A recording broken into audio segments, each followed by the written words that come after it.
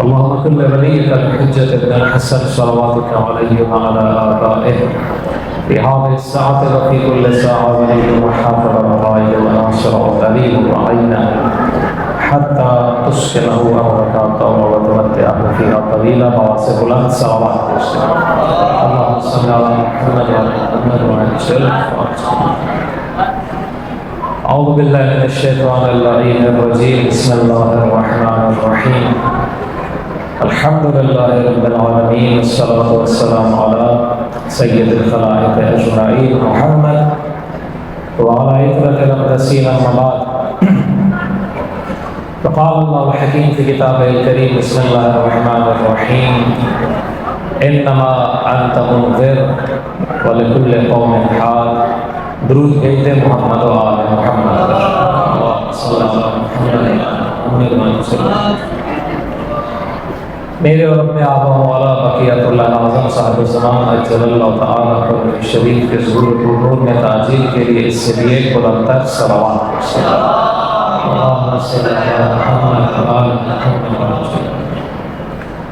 روایت میں ملتا ہے کہ نخلستان میں کھجوروں کے باغ میں رسول اکرم صلی اللہ علیہ وسلم اور امیر المومنین علی علیہ السلام تشریف فرما تھے.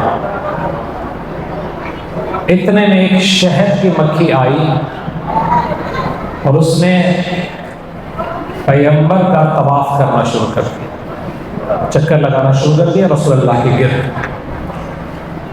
رسول اکرم نے امیر المومنین کو مخاطب کیا اور فرمایا کہ یا علی, یہ شہد کی مکھی ہماری دعوت کرنا چاہتی ہے. شہد کی مکھی ہماری دعوت کرنا چاہتی ہے اور اس نے مجھ سے کہا ہے کہ فلاں جگہ پر کچھ شہد رکھا ہوا ہے, آپ علی سے کہیں وہ شہد لے آئے تاکہ میری طرف سے آپ تناول کریں.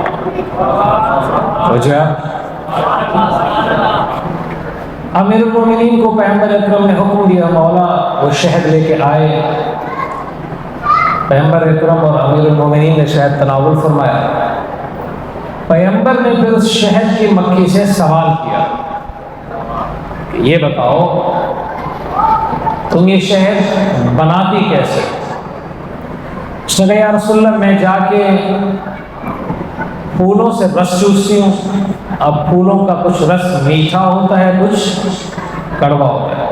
اس رس کو میں اپنے بدن میں لیتی ہوں, اس کے بعد میں آپ پر اور آپ کی آن پر درود پڑھتی ہوں, وہ رس شہد میں تبدیل ہو جاتا ہے.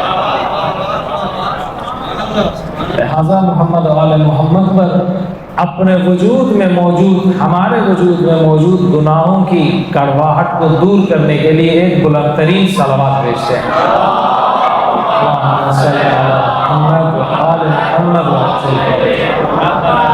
سامعین محترم, ہماری گفتگو جیسے آپ سب کو معلوم ہے کہ مہدی فی القرآن کے عنوان سے جاری ہے. گزشتہ نشست میں نے آپ کی خدمت میں قرآن مجید کی ایک آیت سے استدلال کیا تھا کہ ہر زمانے میں اللہ سبحانہ و تعالیٰ نے ہدایت کی ذمہ داری لی, کیونکہ اللہ نے ہدایت کی ذمہ داری لی ہے, اس لیے ہادی مقرر کرنا بھی اللہ سبحانہ و تعالیٰ کا کام ہے. تیسرا نقطہ یہ تھا کیونکہ ہدایت کی ضرورت ہر زمانے میں رہے گی, اس لیے ہر زمانے میں ایک ہادی کا موجود ہونا ضروری ہے. انشاءاللہ اگر آپ کی توجہ ساتھ رہے تو آج ہم اس ہادی کی کچھ صفات کی طرف نگاہ کریں گے تاکہ میں اور آپ جان لیں کہ اس زمانے میں وہ ہادی جو اللہ کی طرف سے مقرر ہے وہ کون ہے. درود بھیجتے محمد و آل محمد. اللہم صلی علی محمد و آل محمد. قرآن مجید میں اللہ سبحانہ و تعالیٰ نے ہدایت کرنے والوں کی یا صاحبان علم کی دو اقسام بیان کی. ایک قسم وہ ہے کہ جو دنیا میں جب آتی ہے تو جاہل ہوتی ہے, جاہل لا علم, کسی بھی چیز کا اسے کچھ پتہ نہیں ہوتا. اللہ سبحانہ وتعالیٰ نے خود قرآن میں فرمایا واللہ اخرجکم من بطون امہاتکم لا تعلمون شیئا، اور اللہ تمہیں اخرجکم باہر لے کے آتا ہے من بطون امہاتکم تمہاری ماں کے رحم سے، شکم مادر سے خدا تمہیں باہر لے کے آتا ہے، کس حال میں؟ اس حال میں کہ لا تعلمون شیئا، تمہیں کسی چیز کا بھی کچھ علم نہیں ہے، لا تعلمون شیئا یعنی کہ تم جاہل ہو۔ اب یہ روٹین کا معاملہ، مجھ جیسے آپ جیسے انسانوں کی جو خلقت ہے وہ اسی صورت میں کہ جب بچہ دنیا میں آتا ہے لا علم ہوتا ہے، اس کے بعد دنیا میں پڑھائی لکھائی کا سلسلہ شروع ہوتا ہے، انسان علم حاصل کرتا ہے، اس علم کے بل بوتے پہ انسان کام کاج بھی کرتا ہے اور پھر اس علم کو انسان آگے منتقل کرتا ہے، وہ علم دینی ہو یا دنیاوی، حتیٰ اگر کوئی دستکار ہے، کاریگر بھی ہے، وہ اپنی وہ جو ہنر ہے اس کا علم حاصل کرے گا اور پھر ایک مرحلہ آئے گا اس علم کو آگے منتقل کر دے گا۔ یہ جو علم کا آگے منتقل کرنا ہے کسی اور کو، اسی چیز کو ہی کہتے ہیں ہدایت کرنا۔ تو جو ہے ہدایت کرنا، یہ ہدایت اس شخص کی طرف سے ہے کہ جب دنیا میں جب وہ آیا تو جاہل تھا، دنیا میں آیا، علم حاصل کیا، اس علم سے خود بھی فائدہ حاصل کیا، پھر اس علم کی طرف ہدایت کر دی کسی اور۔ لیکن قرآن میں ایک اور دستہ، ایک اور گروہ بھی لوگوں کا ذکر ہوا ہے کہ جن کو اللہ نے دنیا میں بھیجا ہی عالم بنا کے ہے، توجہ، بھیجا ہی دنیا میں عالم بنا کے ہے، جاہل بنا کے نہیں بھیجا۔ دلیل کیا ہے؟ حضرت عیسیٰ علیہ السلام کی جب ولادت ہوئی تو مادر عیسیٰ مریم سلام اللہ علیہا عیسیٰ کو گود میں لے کے آئی ہیں اپنی قوم بنی اسرائیل کی طرف۔ تو بنی اسرائیل نے جب دیکھا کہ مریم سلام اللہ علیہ کی کوئی شادی نہیں ہوئی تھی، شوہر نہیں تھا، اور یہ بچہ اس کی ولادت کیسے ہوئی، تو انہوں نے حضرت مریم پر تہمت لگائی۔ اب اس تہمت کے جواب میں حضرت مریم کچھ نہیں بولی، مریم سلام اللہ علیہ نے خود کلام نہیں کیا، اپنی گود میں موجود اس نومولود کو اشارہ کیا کہ عیسیٰ اپنی ماں کی عصمت و طہارت اور پاکیزگی اور عفت کی گواہی تھا۔ قرآن میں ہے کہ عیسیٰ ماں کی گود میں کلام کیا انہوں نے، اور حضرت عیسیٰ نے اپنا تعارف کرایا، فرمایا انی عبداللہ آتانی الکتاب وجعلنی نبیہ، کہا کہ میں عبداللہ ہوں، اللہ کا بندہ ہوں، یعنی کہ پیدائش کے وقت موحد ہوں، مشرک نہیں۔ نقطہ غور طلب ہے، انی عبداللہ، میں خدا کا بندہ بن کے آیا ہوں اسی دنیا میں، اور میری صفت یہ آتانی الکتاب، اللہ نے مجھے کتاب عطا کی ہے۔ کون سی کتاب؟ انجیل۔ وجعلنی نبیہ، اور اللہ نے مجھے نبی بنایا ہے۔ آتانی الکتاب سے یہ مراد نہیں ہے کہ عیسیٰ ماں کی گود میں انجیل کی کوئی کتاب پکڑ کے سوئے ہوئے تھے۔ آتانی الکتاب سے یہ مراد ہے کہ اللہ نے ماں کی گود کے اندر عیسیٰ کو انجیل کا عالم بنایا تھا۔ توجہ، انی عبداللہ آتانی الکتاب وجعلنی نبیہ، کہا کہ اللہ نے مجھے موحد بھیجا، انجیل کا علم عطا کر کے بھیجا، وجعلنی نبیہ، اللہ نے مجھے ماں کی گود کے اندر نبی بنا کے بھیجا۔ بات یہ ہے عیسیٰ ماں کی گود کے اندر کسی استاد سے سیکھے بغیر انجیل کے عالم ہیں۔ عیسیٰ جس مہدی کے پیچھے آ کے نماز پڑھے گا وہ ماں کی گود کے اندر توریت کا عالم، زبور کا عالم، انجیل کا عالم، کل قرآن کا عالم، کل قرآن کا عالم، میرا اور آپ کا امام اس وقت کے جس وقت سے دنیا میں آئے۔ اس وقت سے جس وقت سے مہدی آخر الزمان میں دنیا میں آنکھیں کھولی ہیں، علم کتاب الہی مہدی آخر الزمان کو ورثت میں ملا ہے، وراثت میں لے کے آئے اپنے بابا سے، اپنے اجداد طاہرین سے۔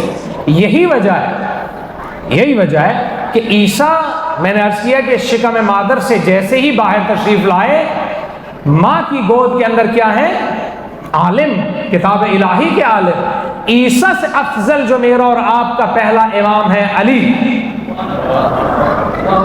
وہ ایسا امام ہے کہ جب بیت اللہ میں پیدا ہوا تو اسی بیت اللہ کے اندر قرآن کے نزول سے پہلے، قرآن صامت کے نزول سے پہلے ہی علی قرآن ناطق تھا۔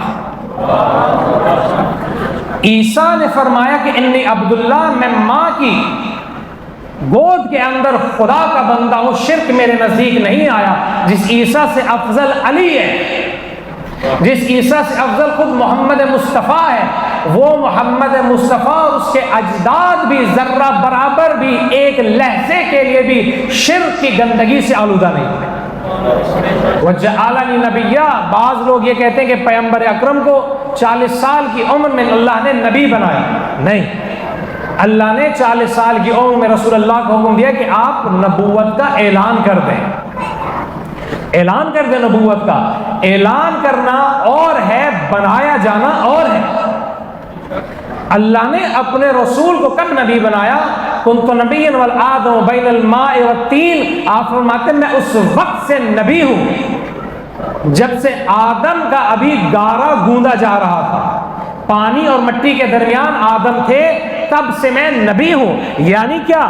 یعنی یہ کہ دنیا میں آنے سے پہلے جس طرح سے عیسیٰ نبی تھے، مصطفیٰ بھی نبی تھے، جس طرح عیسیٰ دنیا میں آنے سے پہلے نبی تھے، میرا اور آپ کا پہلا امام دنیا میں آنے سے پہلے ہی ولی تھا۔ یہ امام کا وجود، میں نے آپ سے کہا کہ ہادی، ہم اس ہادی کی تلاش میں ہیں عزیزان محترم، کہ جو دنیا میں آ کے عالم نہ بنے بلکہ جسے اللہ علم عطا کر کے بھیجے۔ اور علم کس کا عطا کر کے بھیجے؟ اپنی اس کتاب کا عطا کر کے بھیجے جس کتاب سے اللہ بندوں کی ہدایت کرتا ہے، قرآن۔ کیوں؟ دیکھیں اللہ سبحانہ وتعالیٰ نے قرآن مجید کی ایک صفت بیان کی، قرآن ہے ان ھذا القرآن یہدی للتی ہی اقوم، یہ قرآن جو ہے یہ اس راہ کی ہدایت کرتا ہے جو سب سے زیادہ سیدھی ہے۔ یعنی قرآن کا کام کیا ہے؟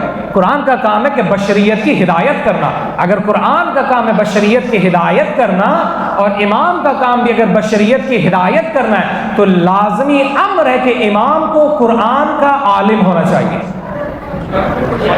اگر وہ ہادی جو قرآن کے ذریعے ہدایت کرے گا، اگر وہ قرآن سے ہی جاہل ہے، قرآن کے علوم سے ہی واقف نہیں ہے، تو وہ ہدایت نہیں کر سکتا۔ اب بات یہ ہے کہ قرآن سے تو آئے روز کوئی نہ کوئی ہدایت کی بات کرتا ہے، میں بھی آپ سے بات کر رہا ہوں، کوئی اور بھی بات کرے گا، علماء، مراجعین، فقہاء، عرفاء قرآن سے ہدایت بانٹ رہے ہیں۔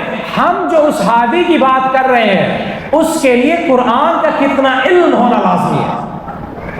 اس ہادی میں وہ جو کل قرآن کا عالم ہے، اور میرے اور آپ کے آج کے دور میں مثلا علماء یا مجتہدین ہیں جو قرآن کے ذریعے ہدایت کر، ان کے اندر فرق کیا ہے؟ ان کے اندر بنیادی ترین فرق جو ہے، بنیادی ترین فرق اس علم کے معیار کا ہے کہ جو امام وقت ہے اس کے پاس قرآن مجید کا عالی ترین علم ہوتا ہے۔ کتنا عالی کہ اللہ سبحانہ و تعالیٰ نے قرآن میں فرمایا وَأَنزَلْنَا إِلَيْكَ الْكِتَابَ تِبْيَانًا لِكُلِّ شَيْءٍ، ہم نے قرآن آپ کی طرف نازل کیا اور قرآن کے اندر علم ہے، واضح بیان ہے کس چیز کا؟ کل شے، ہر چیز کا واضح بیان ہے۔ جو قرآن کے ہم پلہ امام ہوتا ہے اس کے پاس یہ علم ہوتا ہے کہ قرآن سے زمین و آسمان کی خبروں کو بیان کرے۔ اس کا علم سطحی نہیں ہوتا، اس کا علم سطحی نہیں ہوتا، بلکہ قرآن کے عمیق ترین گہرائیوں سے وہ واقف ہوتا ہے۔ یہی وجہ ہے کہ مولا امیر المومنین فرماتے ہیں اگر مجھے خوف نہ ہو کہ تم لوگ یہ دعویٰ کرو کہ علی کا مقام مصطفیٰ سے زیادہ ہے، تو میں علی اس قرآن سے تمہیں قیامت تک کے حادثات کی خبر دوں گا۔ قیامت تک کے حادثات کی خبر علی قرآن سے دے رہا ہے۔ کیوں؟ کیونکہ اللہ نے فرمایا کہ قرآن کے اندر ہر چیز کا علم ہے. ہر چیز کا اگر قرآن کے اندر علم ہے تو علی وہ عالم ہے جو قرآن سے ہر چیز کے علم کو اخذ کر سکتا ہے. خود امام صادق علیہ السلام فرماتے ہیں مولا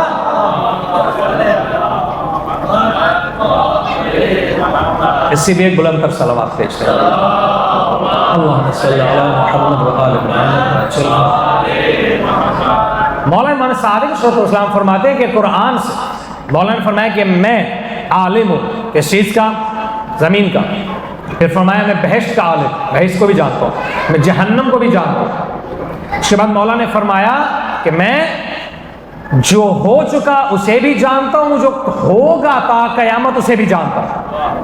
تو سننے والے پریشان ہو گئے کہ آپ نے رسول اللہ کیسے ممکن ہے کہ آپ ماضی کی بھی خبر رکھیں، مستقبل کی خبر رکھیں؟ امام نے فرمایا پریشان نہ ہو، مجھے یہ علم جو ہے کل شے کا جو علم ہے یہ قرآن سے ملا ہے. کہا کیسے ملا ہے؟ کہا کہ اللہ یہ فرما رہا ہے کہ وَأَنزَلْنَا إِلَيْكَ الْكِتَابَ تِبْيَانًا لِكُلِّ شَيْءٍ کہ قرآن کے اندر ہر چیز کا واضح بیان ہے. ہم آل محمد وہ ہستیاں ہیں کہ جو قرآن سے زمین و آسمان کی خبروں کا علم رکھتے ہیں. یہی وجہ ہے کہ میرے اور آپ کے مولا امیر المومنین نے ممبر سلونی پہ بیٹھ کے کہا سلونی سلونی قبل ان تفقدونی، علی سے پوچھو اس سے پہلے کہ علی تمہارے درمیان نہ رہے. کیوں مولا؟ کہا کہ کوئی زمین کے رستے اتنا نہیں جانتا جتنا علی آسمان کے رستے جانتا ہے.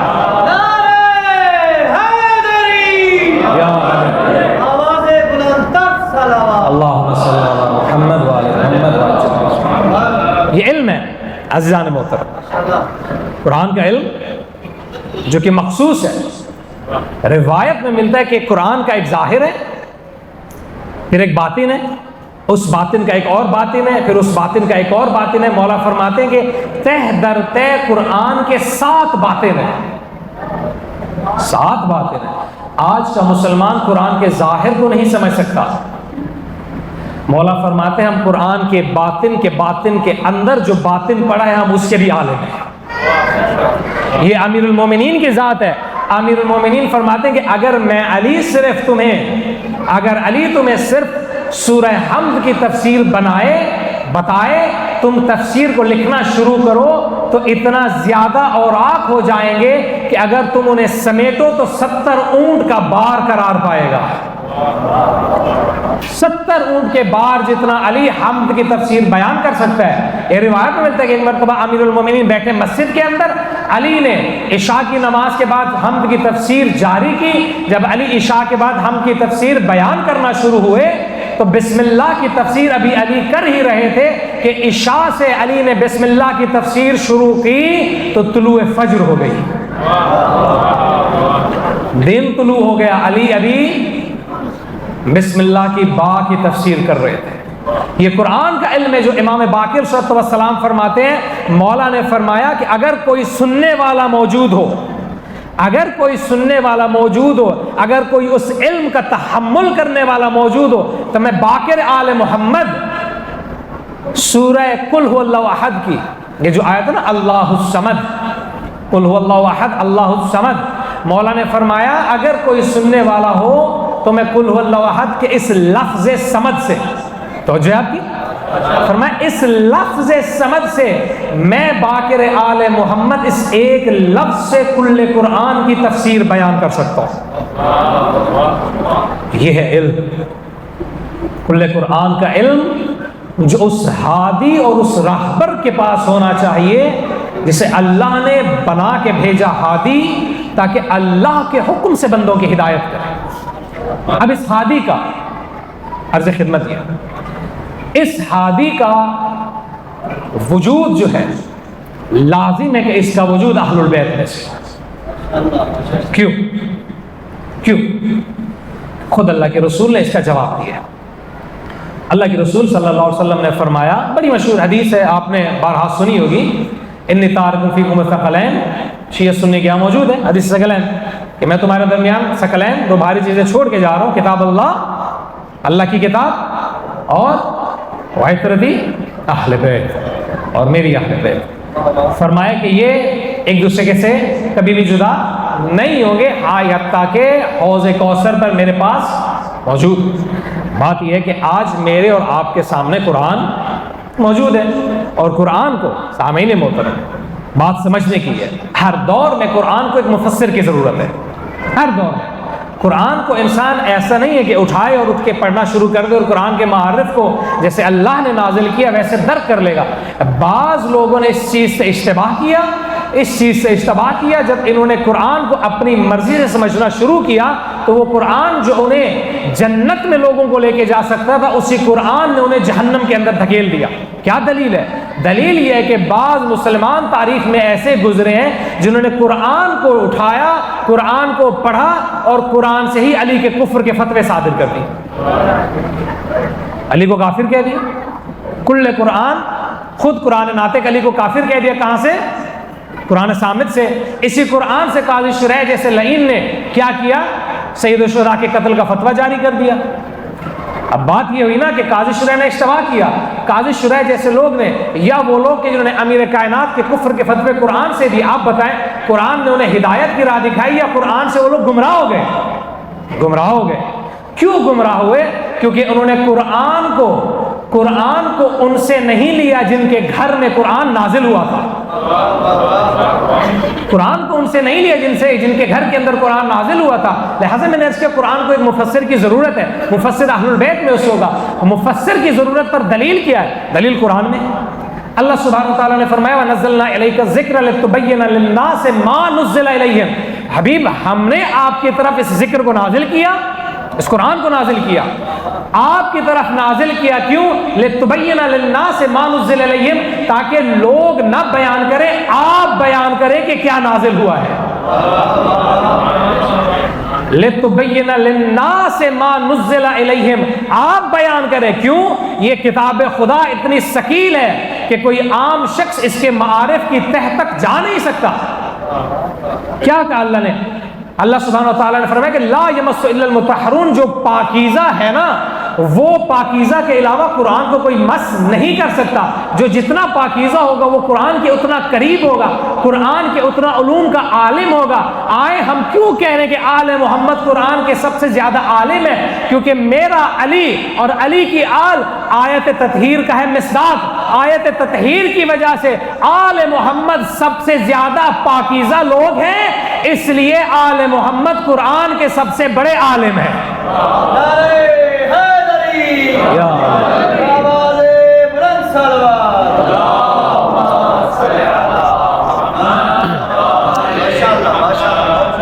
سامعین گرامی، قرآن کے مفسر کی ضرورت ثابت ہو گئی۔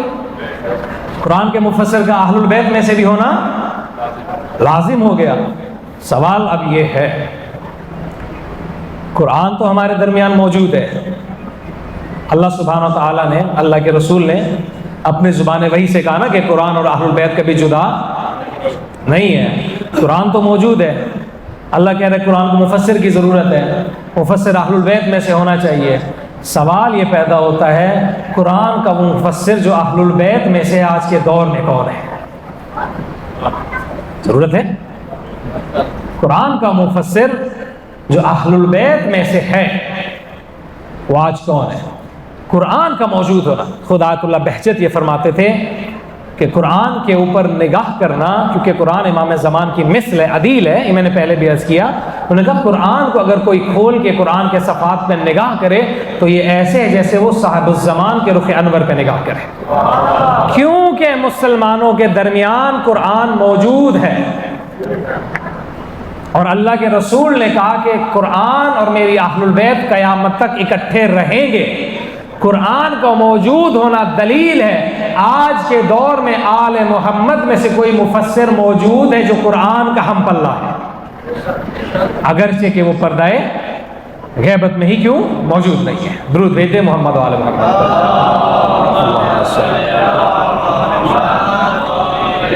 یہ قرآن کے مفسرین جو اعلی ترین علوم قرآن میں سے رکھتے ہیں اور قرآن کے ہم پلہ ہیں اور قرآن کے معارف کی تہ تک خود موجود ہے۔ بلکہ اگر یہ کہا جائے تو بے جا نہ ہوگا کہ قرآن کو اگر تجسیم کر دیا جائے، اس کو ایک جسم دے دیا جائے تو وہ زمانے کے امام کی صورت اختیار کر لے گا. یہ میرے اور آپ کے امام کا وجود ہے. خود انما انت منذر ولکل قوم ہاد، یہ جو اللہ سبحانہ و تعالیٰ نے فرمایا کہ ہر قوم کا ایک انذار کرنے والا، ڈرانے والا ہے، اور اس کے بعد وَلِكُلِّ قَوْمٍ ہاد، ہر قوم کا ایک ہادی ہے. جب یہ آیت نازل ہوئی تو پیغمبر اکرم نے اپنے سینے پہ ہاتھ رکھا، ایک ہاتھ اپنے سینے پہ رکھ کے کہا کہ اے پروردگار، بلکہ لوگوں کو مخاطب کیا اور کہا کہ لوگوں میں اس قوم کا منذر ہوں، اپنی امت کا منذر میں ہوں. اس کے بعد پیغمبر نے اپنا دوسرا ہاتھ علی کے اوپر رکھا اور کہا کہ میری امت کا ہادی میرا بھائی علی ہے.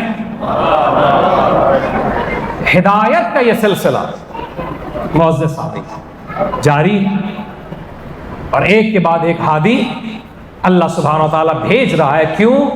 کیونکہ ہر زمانے میں ہدایت کرنے والے ہادیان کی ضرورت موجود ہے، اور یہی ہادی جو ایک ہے، اللہ نے فرمایا کل قوم ہاد.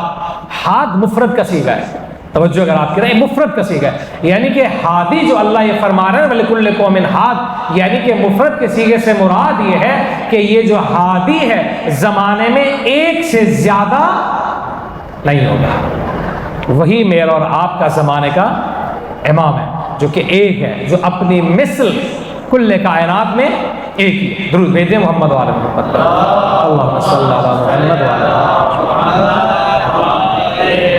اور یہی ہادی زمانے میں اللہ سبحانہ و تعالیٰ کی حجت ہے. میرے اور آپ کے چھٹے، میں نے آپ سے کہا نا ہادی کی ضرورت ہے، یہی ہادی زمانے میں خداوند متعال کی حجت ہے. مولا نے امام باقر صلی اللہ علیہ وسلم نے فرمایا کہ کب خلقت آدم سے لے کے، آدم صلی اللہ علیہ وسلم سے آنے سے لے کے اللہ سبحانہ و تعالیٰ نے کبھی بھی زمین کو بغیر حجت کے خالی نہیں چھوڑا. اور میرے اور آپ کے چھٹے امام نے فرمایا کہ زمین کے اوپر اس ہادی کا، اس حجت خدا کا ہونا ضروری ہے.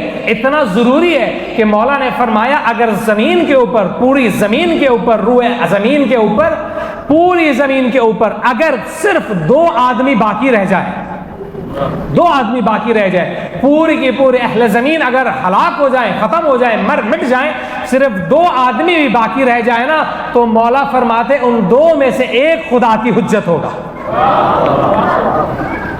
ضروری ہے. اللہ نے ہادی بھیجے، اللہ سبحانہ و تعالیٰ نے ان ہادیوں کو کل قرآن کا علم دیا، اور اللہ سبحانہ و تعالیٰ نے انہیں میرے اور آپ کے درمیان نصب کیا تاکہ میں اور آپ ان کے وجود سے ہدایت لیں. یہی ہدایت کا کام آج امام زمان عرض کر رہے ہیں. کل عرض کیا تھا کہ کیسے عرض کر رہے ہیں، اس سے صرف نظر کروں گا، لیکن توجہ جو بات جس چیز کی طرف کرنی چاہیے وہ یہ ہے کہ امام تو اپنا کار ہدایت انجام دے رہے ہیں، لیکن کیا ہم لوگ امام کے وجود سے ہدایت کو اخذ کر بھی رہے ہیں یا نہیں کر رہے ہیں؟ امام تو ہماری طرف متوجہ ہیں، کیا ہم امام کی طرف متوجہ ہیں بھی یا نہیں ہیں؟ متاسفانہ میں آپ کی خدمت میں عرض کروں کہ ہم شیعوں کے لیے بہت ساری مشکلات آج کے دور میں موجود ہیں. ہمارے اپنے درمیان بھی مشکلات موجود ہیں، ہم سے خارج یعنی کہ شیعوں کے اپنے مسائل بھی ہیں، شیعوں کے غیر شیعہ کے ساتھ بھی مسائل ہیں، شیعوں کے غیر مسلم کے ساتھ بھی مشکلات اور پریشانی. تمام تر مشکلات آج کے دور میں جو شیعوں کو ہے یا شیعوں کے علاوہ تمام آدمیت کو ہے، ان تمام تر مشکلات اور مسائل میں سے سب سے بڑی مصیبت ہے امام زمان کی غیبت. ہر مصیبت کی اگر اساس کے اندر آپ دیکھیں، اس کی جڑ کے اندر دیکھیں، تو آپ کو امام زمان کی مصیبت اور امام زمان کی غیبت نظر آئے گی. کیوں؟ کیونکہ امام زمان کی جیسے ہی غیبت ختم ہوگی تو زمین کے اندر ظلم بھی ختم ہوگا، عدل و انصاف کا دورہ ہوگا، بد امنی ختم ہوگی، مہنگائی ختم ہوگی، غربت ختم ہوگی، آپسی اختلافات ختم ہوں گے، آپس کی رنجشیں ختم ہوگی، لڑائی جھگڑا ختم ہوگا. اتنا امن پھیل جائے گا صاحب زمان کے ظہور کے بعد کہ تشبیہ دے کے علماء نے روایات کے اندر نقل کیا ہے کہ شیر اور بھیڑ ایک ہی گھاٹ پہ پانی پیے گے. اللہ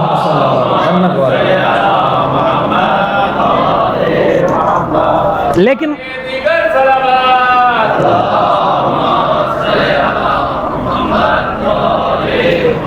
متاسفانہ یہ ہے کہ شیعہ امام زمان کی غیبت کو اپنی مصیبت ہی نہیں سمجھتے، بلکہ انہوں نے غیبت امام زمان کی عادت ڈال لی ہے.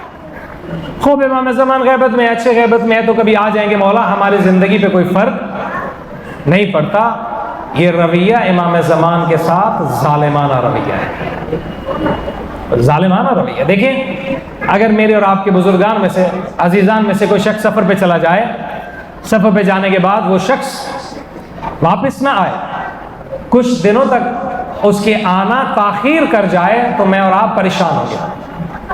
ہم جا کے اس کی خبر لینے کی کوشش کریں گے، بس سٹاپ پہ جائیں گے، لوگوں کو کالز کریں گے، اس سے رابطہ کرنے کی کوشش کریں گے تاکہ ہمیں اس کا کچھ نہ کچھ سراغ ملے۔ کیوں؟ کیونکہ ہمیں اس سے محبت ہے۔ مشکل کی بات یہ کہ میرا اور آپ کا کوئی عزیز اگر گم ہو جائے، میں اور آپ اس کے سراغ میں اس کو ڈھونڈنے کے لیے جاتے ہیں، لیکن 1100 سال سے زیادہ ہو گئے کہ میرا اور آپ کا امام غیبت میں، لیکن شیعہ اس کے سراغ اور اس کی تلاش میں جاتے ہی نہیں،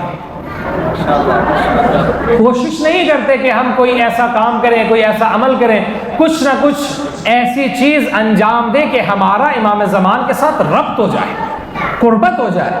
اور امام کے دل کے اندر اصلاً سامعین محترم، امام زمان کے دل کے اندر جو میں نے شروع میں عرض کیا تھا، ایک دکھ ہے، ایک رنج ہے، ایک مصیبت ہے، ایک غم ہے جو صاحب زمان کے دل کے اندر موجود ہے۔ اس غم کا ایک بڑا حصہ امام زمان کے شیعوں کی ان سے بے رخی ہے۔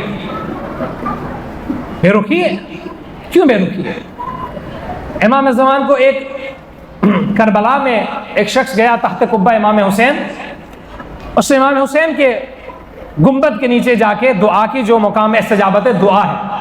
اس نے دعا یہ کی، پروردگار مجھے اپنے آخری حجت اور وارث زمان کا اور حسین ابن علی کے وارث کا دیدار کرا۔ اس شخص کہتے ہیں کہ میں امام حسین کے گنبد سے زری سے تھوڑا ہٹا، تھوڑا دور گیا تو میں نے دیکھا ایک سید بڑا خوبرو میرے پاس آیا، اور اس نے مجھے میرا نام لے کے مخاطب کیا۔ جب اس نے مجھے میرا نام لے کے مخاطب کیا تو میں نے اس سے پوچھا کہ آپ کون ہیں، مجھے اپنا تعارف کرائیں کہ آپ کون ہیں۔ یقین جانیے اس شخص نے پتہ کیا کہا؟ اس نے کہا کہ میں اس دنیا کا مظلوم ترین انسان ہوں، میں روئے زمین پر موجود مظلوم ترین انسان ہوں۔ اس کے بعد وہ شخص جب غائب ہوا ہے تو اس شخص کو پتہ لگا ہے کہ وہ میرا اور آپ کا زمانے کا امام ہے۔ آشیہ یہ کہتے ہیں کہ امام زمان غیبت میں، لیکن صاحبان میرے عزیز سامعین، بات یہ ہے امام زمان غیبت میں نہیں ہے، مولا حاضر ہے میرے اور آپ کے درمیان، مولا میری اور آپ کی طرف متوجہ ہے، غائب جو ہے وہ ہم ہیں۔ امام ہماری ضروریات کی طرف متوجہ ہیں، امام ہماری مشکلات کی طرف متوجہ ہیں۔ مولا نے شیخ مفید کو خط لکھا، خط لکھ کے شیخ مفید نے کہا کہ شیخ مفید اس چیز کو یہ مت سمجھنا کہ ہم تمہارے حالات سے غافل ہیں۔ مولا نے فرمایا ہمارے پاس تمہاری تمام کی تمام خبریں پہنچتی ہیں۔ امام غافل نہیں ہے، نہ امام غائب ہے، غائب ہم ہیں۔ کس طرح سے غائب ہے؟ ایران کی عرفا میں ایک شخصیت گزری ہے، شیخ جواد انصاری حمدانی، درود بھیج دیں محمد وعلی محمد پر۔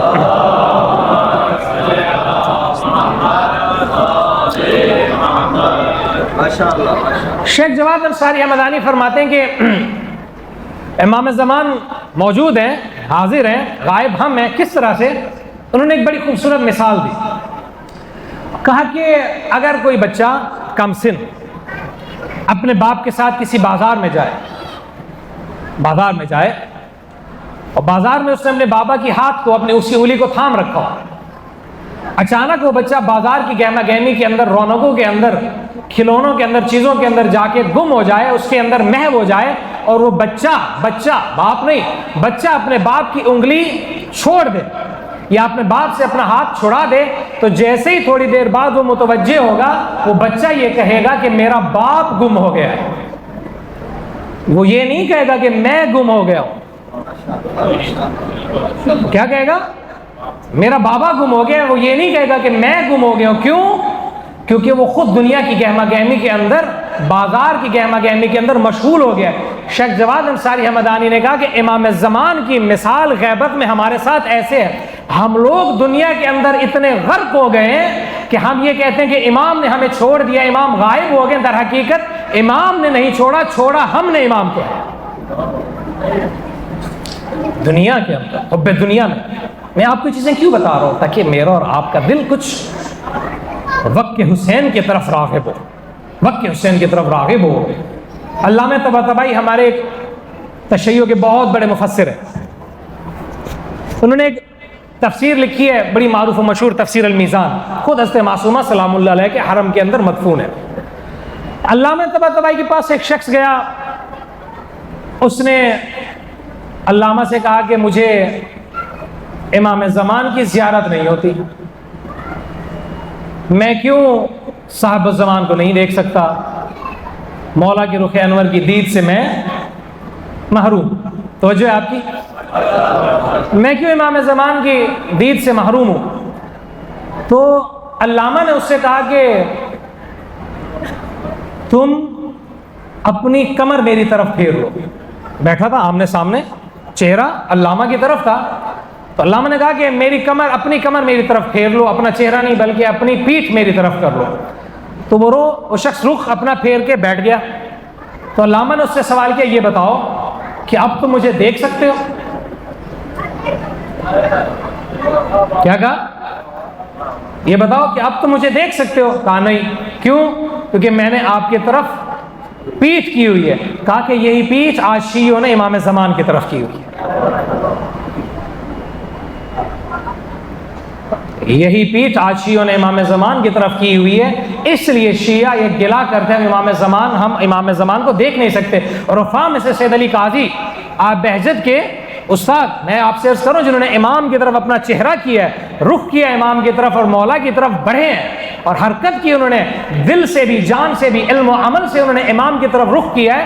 امام نے ان کو کتنا اپنے قریب کیا ہے۔ سید علی قاضی یہ فرماتے تھے کہ ہر اٹھتے بیٹھتے لمحے پہ وہ کیا کہتے تھے؟ یا صاحب الزمان، یا صاحب الزمان، یا صاحب الزمان۔ حتیٰ اتنا وہ امام کا تذکرہ کرتے تھے کہ لوگ کہتے ہیں کہ آیت اللہ قاضی اگر اپنا کروٹ بھی بدلتے تھے، پہلو بھی بدلتے تھے، تو اس وقت کہتے تھے یا صاحب الزمان۔ اتنا امام کا تذکرہ کرتے تھے تو لوگوں نے کہا کہ آپ امام زمان کو اتنا یاد کرتے ہیں، اس قدر امام زمان کا ذکر کرتے ہیں، کیا آپ نے امام زمان کی کبھی زیارت بھی کی ہے؟ صاحب الزمان کو کبھی دیکھا بھی ہے؟ سنیں گے کیا جواب دیا ہے سید علی قاضی نے، اس عارف نے جس کا دل صاحب الزمان کی محبت سے بھرا تھا۔ اس نے کہا کہ وہ شیعہ ہی نہیں ہے، بلکہ کیا کہا کہ اندھی ہو جائے وہ آنکھ، اندھی ہو جائے وہ آنکھ جو ہر روز کھلے اور سب سے پہلی نگاہ صاحب الزمان کے چہرے پہ نہ کرے۔ یہ مقام قرب امام زمان کے ساتھ عزیزان، اس قرب کی طرف حرکت کرنے کی مجھے اور آپ کو ضرورت ہے، کیونکہ اس کے بغیر کوئی چارہ نہیں ہے۔ مولا امام زمان کے بغیر میرا اور آپ کا نہ دنیا میں چارہ ہے نہ ہی آخرت۔ میں اور آپ امام زمان کے بغیر رہ ہی نہیں سکتے، ہم امام سے جتنے غافل ہی کیوں نہ ہو، مگر اس غفلت کے باوجود بھی میرا اور آپ کی زندگی کا دار و مدار اگر کسی ہستی پر ہے تو میرا اور آپ کا آخری امام ہے۔ فارسی کے ایک شاعر نے کہا کہ بڑی اس نے ترجمانی کی شیعوں کی حالت کی، اس نے کہا کہ بیچارے منم ایک عمر کردم بے جدائی، با ان کے غافلم از تو امیدوارم کے بھی آئی۔ اس نے کہا کہ میں اتنا بیچارہ ہوں کہ یا صاحب الزمان میں نے آپ کی جدائی کی عادت بنا لی، عادت بنا لی کہ امام سے جدا ہوں۔ بَإِن کے غافلم از تو امیدوارم کے بھی آئی، ہاں میں اگرچہ آپ سے غافل ہوں مگر امید رکھتا ہوں کہ کسی دن آپ پلٹ آئیں گے۔ الامام المنتظر الاجل الاجل الامام المنتظر الاجل الاجل السلام السلام یا امام زمان، السلام السلام یا امام زمان، وعلیکم السلام۔ اللہم صلی علی محمد وعلی محمد۔ پھر اس نے کہا الاجل ای قرار دل بی قرارم، من کے غیر از شما کثیر و ندارم۔ اس نے کہا اے میرے بے قرار دل کے قرار جلدی پلٹا۔ الاجل ای قرار دل بی قرارم، من کے غیر از شما کثیر و ندارم۔ اے میرے بے قرار دل کے قرار جلدی پلٹا کیونکہ میرے پاس تیرے سوا کوئی نہیں ہے۔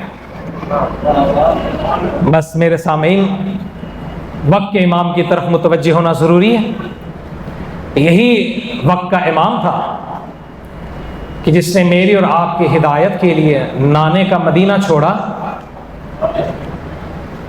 بہنوں کو بیٹیوں کو لے کے جنگلوں میں آ کے آباد ہو گیا۔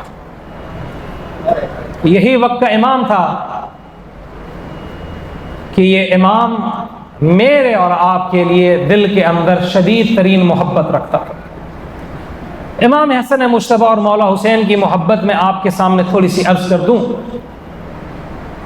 کہ اتنی محبت تھی ان دونوں بھائیوں کو آپس میں کہ روایت میں ملتا ہے امام حسن مجتبیٰ مولا حسین کی اتنی عزت کیا کرتے تھے، دیکھنے والوں کو یہ لگتا تھا کہ حسن چھوٹا ہے حسین بڑا ہے۔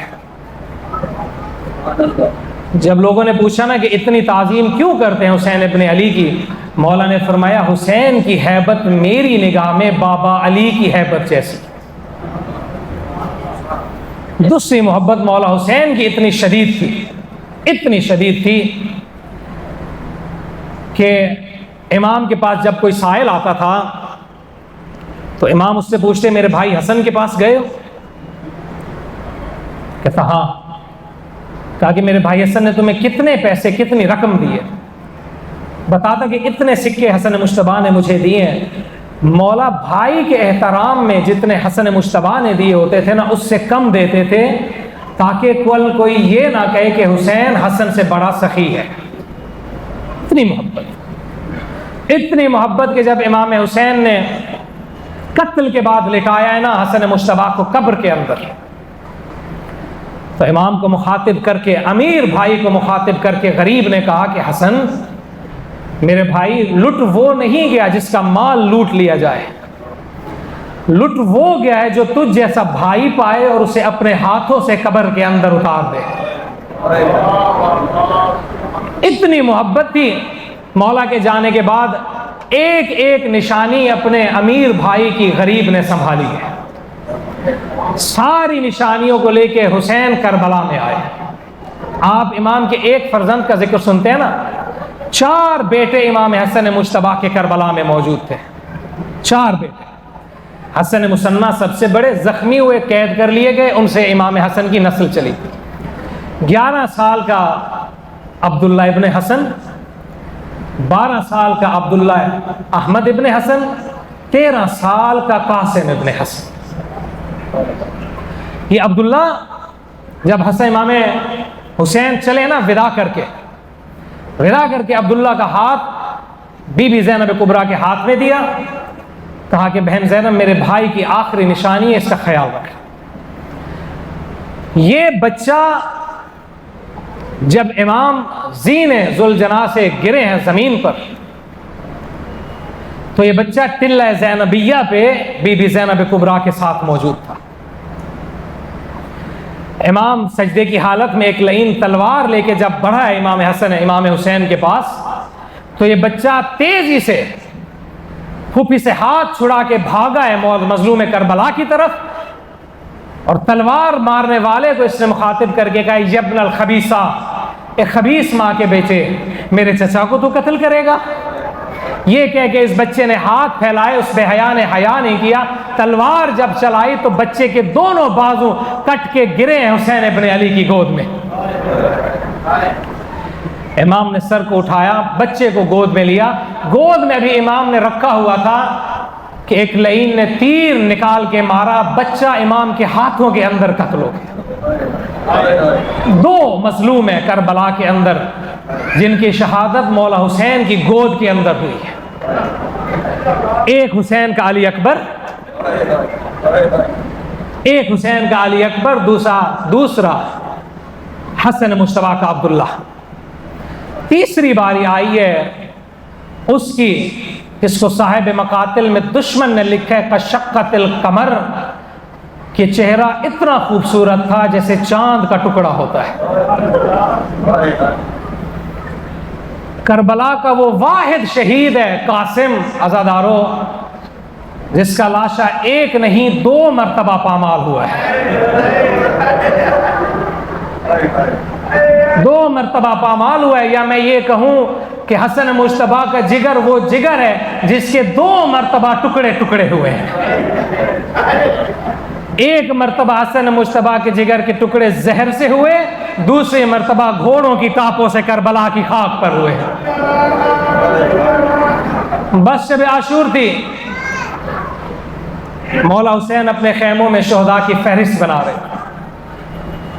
قاسم آئے, چچا جان شہداء کی فہرست میں میرا نام بھی ہے. چچا جان شہداء کی فہرست میں میرا نام بھی ہے. مولا نے ایک سوال کیا کہ قاسم موت تمہارے نزدیک کیسی ہے؟ یا بنیا کیف عندک الموت, قاسم موت تمہیں کیسی لگتی ہے؟ اتنی معرفت تھی قاسم کی. کہا یا اما احلا من العسل, موت مجھے شہد سے بھی زیادہ میٹھی لگتی ہے. مولا نے کہا قاسم ہاں کربلا کے شہداء میں تمہارا نام بھی ہے اور کربلا کے شہداء میں تمہارے بھائی علی اصغر کا نام بھی ہے. علی اصغر کا جب نام سنا تو قاسم تڑپ گئے, اپنا نام سن کے خوش ہوئے. علی اصغر کا نام تڑپ کے قاسم بے چین ہوئے. کہا چچا جان هل يصلون الى الخیام, چچا قاسم تو ماں کی گود میں ہے, یہ دشمن ہمارے خیموں میں آ جائے گا.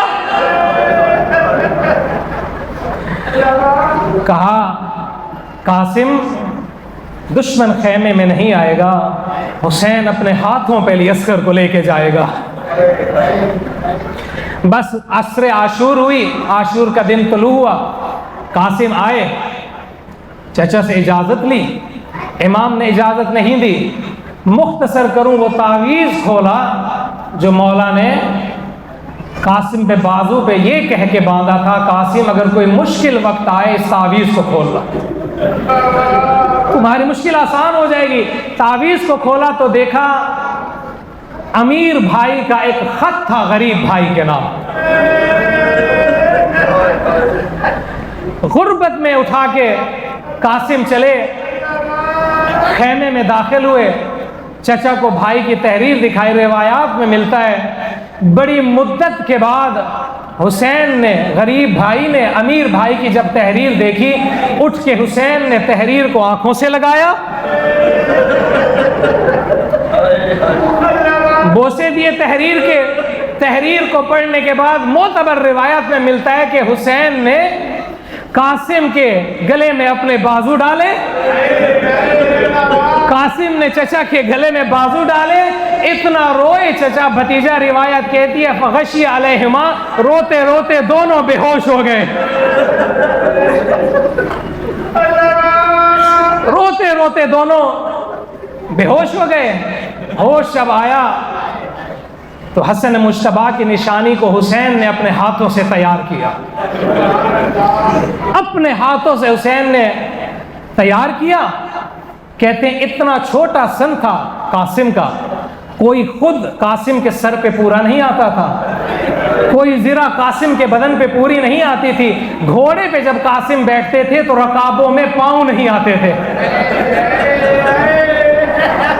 مولا حسین نے رکابیں کاٹ کے چھوٹی کر کے قاسم کو بٹھایا, ایک پیرہن منگوایا, عزاداروں پیرہن کو منگوا کے حسین نے گریبان سے چاک کیا, چاک کر کے قاسم کو پہنایا. ایک امامہ قاسم کے سر پہ رکھا, امامہ ایک رکھا, 2 تحت الحنک حسین نے نکالے. یہ حلیہ قاسم کا اس لیے حسین نے بنایا, سنو گے عزاداروں, عرب کے اندر یہ حلیہ ہوتا تھا یتیموں کا. عرب کے اندر یہ حلیہ ہوتا تھا یتیموں کا. حسین نے یتیموں جیسا حلیہ بنا کے بھیجا, شاید کوئی حسن کا یتیم سمجھ کے رحم کر لے. گھوڑا منگوایا, اتنا چھوٹا قد تھا عزادارو حسین کا, قاسم کا. ہر جانے والا اپنی مرضی سے سوار ہوا ہے گھوڑے پہ. روایات یہ کہتی ہیں قاسم وہ واحد شہید تھا, گھوڑے پہ خود سوار نہیں ہوا, حسین نے اٹھا کے سوار کیا, اٹھا کے سوار کیا. ایک جملہ کہا یا بنیا تمشی برجلک الی الموت, قاسم میرے بچے اپنے پاؤں پہ چل کے موت کی طرف جا رہے ہو. قاسم میرے لال اپنے پاؤں کی طرف, اپنے پاؤں سے چل کے موت کی طرف جا رہے. بس عزادارو حملہ کیا, ارزق لعین کو اس کے 4 دشمنوں کے ساتھ مارا. حمید بن مسلم راوی ہے, کربلا کے اندر یزید کا بھیجا ہوا مورخ ہے، وہ کہتے ہیں میں وہ وقت بھول نہیں سکتا جب حسین کے خیموں سے ایک خوبصورت سا نوجوان نکلا ہے، اتنا خوبصورت تھا وہ نوجوان کا شقت القمر، اس کا چہرہ چاند کے ٹکڑے جیسا تھا، ہے جس کو دشمن چاند کا ٹکڑا کہ اللہ جانے ماں کو کتنا عزیز ہوگا، اللہ جانے پھوپھیوں کو کتنا عزیز ہوگا، اللہ جانے چچا حسین کو کتنا عزیز ہوگا۔ چلے قاسم اطمینان سے حملہ کیا، حملہ کر کے یزید کے لشکر میں ابھی قاسم کھڑے ہی تھے، حمید بن مسلم کہتے ہیں میں نے دیکھا بچے نے اپنے پاؤں کے جوتے کا تسمہ باندھا، باندھنے کے لیے قاسم ابھی جھکا ہی تھا کہ ایک لعین نے سر پہ تلوار ماری، تلوار کا لگنا تھا، قاسم سنبھل نہیں سکا، حسن مجتبیٰ کی تصویر زین سے خاک پہ گری، خاک پہ گرنا تھا، یا اماں ادرکنی، چچا میری خبر لو۔ حسین روایات میں ملتا ہے شکاری باز کی طرح حسین قاسم کی طرف آئے، لیکن عزادارو دیر ہو چکی تھی، قاسم کا لاشا گھوڑوں میں پامال ہو چکا تھا۔ امام نے حملہ کر کے دشمن کو ہٹایا، دشمن کو ہٹا کے حسین ابن علی قاسم کے پاس آئے، قاسم کو سر کو گود میں رکھا، کہا قاسم تیرے چچا کے لیے بڑا سخت ہے، تو اسے مدد کے لیے بلائے، تیرا چچا مدد کو نہ آ سکے۔ عزادارو یوں حسین نے قاسم کو سینے سے لگایا، لاش قاسم کو سینے سے لگا کے امام لے کے چلے ہیں، جب لے کے چلے ہیں روایات کہتی ہیں کہ قاسم کے پاؤں سے زمین کربلا پہ خط بنتے جاتے تھے، خیموں میں لے کے آئے۔ مقتل کی کتابیں کہتی ہیں جب بھی کسی شہید کا لاشا آتا مظلوم کربلا اس کی ماں کو بلاتے تھے۔ قاسم کا لاشا جب لے کے آئے نا، حسین نے کہا ہے کہ میری بہن زینب کو بلاؤ، کہا میری زینب کو بلاؤ، بیویاں جمع ہو گئی، قاسم کی لاش سے ماتم ہونا شروع ہوا۔ حسین نے عجیب طریقے سے قاسم کا ماتم کیا، قاسم سے پہلے اکبر کا داغ حسین کے سینے پہ لگ چکا تھا، خیمے کے اندر ایک طرف اکبر کا لاشا رکھا تھا، حسین نے آ کے اکبر کے لاشے کے ساتھ قاسم کے لاشے کو رکھا، درمیان میں خود حسین بیٹھے، ایک ہاتھ لاشا اکبر پہ، ایک ہاتھ قاسم کے لاشے پہ، آسمان کی طرف مصیبت کا منہ کر کے کہا واہ غربتا، پروردگار حسین غریب ہو گیا۔ الا لعنۃ اللہ علی القوم الظالمین، وسيعلم الذين ظلموا أي منقلب۔